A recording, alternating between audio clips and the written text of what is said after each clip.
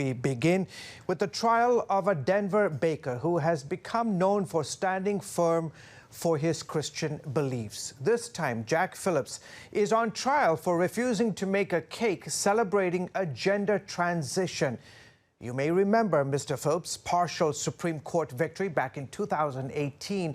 That case was about his refusal to bake a wedding cake for two men. The Supreme Court ruled that the Colorado Civil Rights Commission showed anti-religious bias when it sanctioned Phillips for his refusal to make that cake. But the court did not rule on the bigger issue, whether businesses can refuse service to LGBTQ customers based on religious beliefs. Well, this week, a state judge in Denver presided over a virtual trial in regards to Phillips' refusal to make this transition gender cake. Customer Autumn Scardina, an attorney and who identifies as a transgender woman, said she wanted to test Mr. Phillips after hearing that he wouldn't make a gay wedding cake for religious reasons, but would sell any other type of product.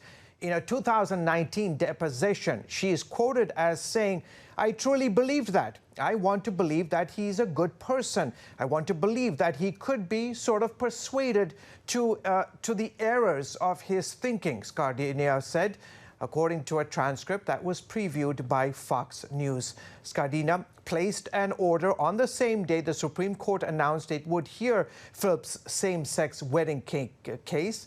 In court, she denied that the order was a setup. Instead, she described it as, quote, calling someone's bluff.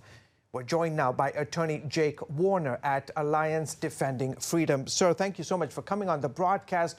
Mr. Phillips says this gender transition cake case is a trap.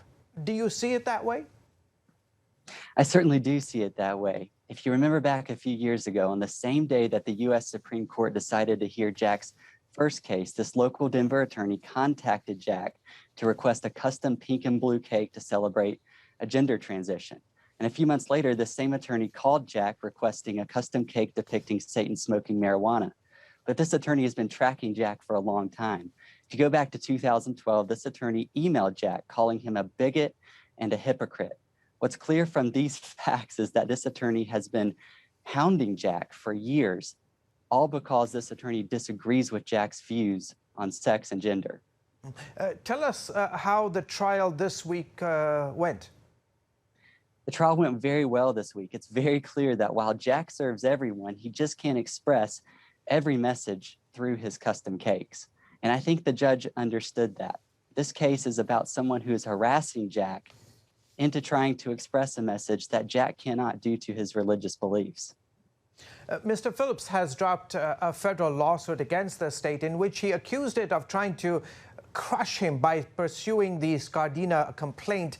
Are you concerned that, he really is becoming a target and will find himself facing even more orders that go against his religious beliefs?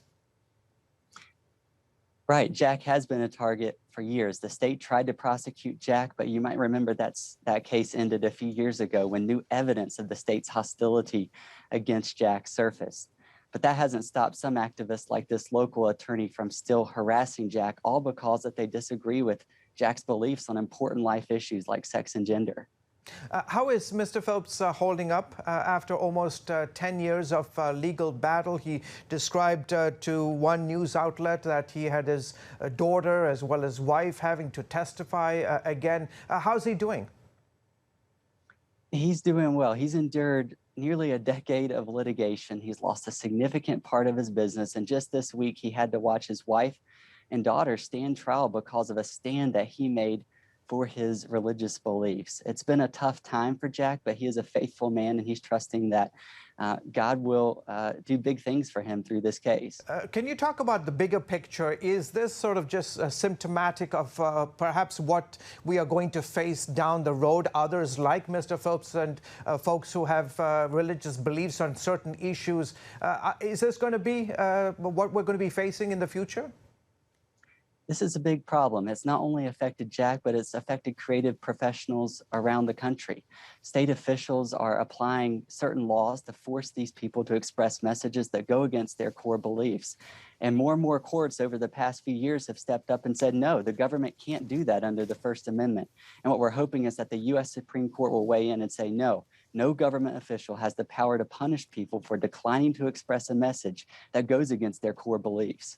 Okay, Mr. Warner, we will have to leave it there. Jake Warner with the Alliance Defending Freedom, incidentally, the group that is also representing Mr. Phillips in this case. Thank you so much for coming on the broadcast, and have a great weekend, okay?